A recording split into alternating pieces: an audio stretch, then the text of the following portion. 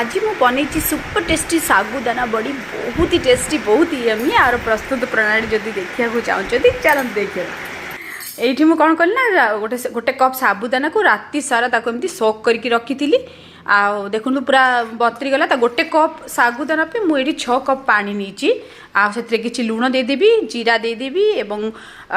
जुआणी किसी आउ कड़ा जीरा टी देदेली से फुटीगला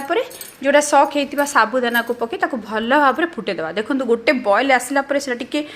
थिक हो कंसिस्टेंसी टे चटपटा करने से किसी चिली फ्लेक्स आउ आमर धनिया पत्र देदेली देखो कंसिस्टेंसीटा सेमती ही हवा दरकार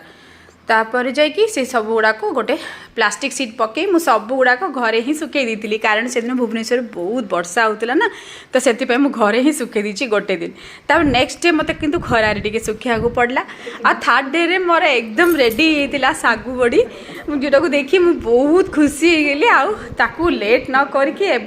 तेल रे मु छाणीदेली देखो केते सुंदर होती मोर साबुदाना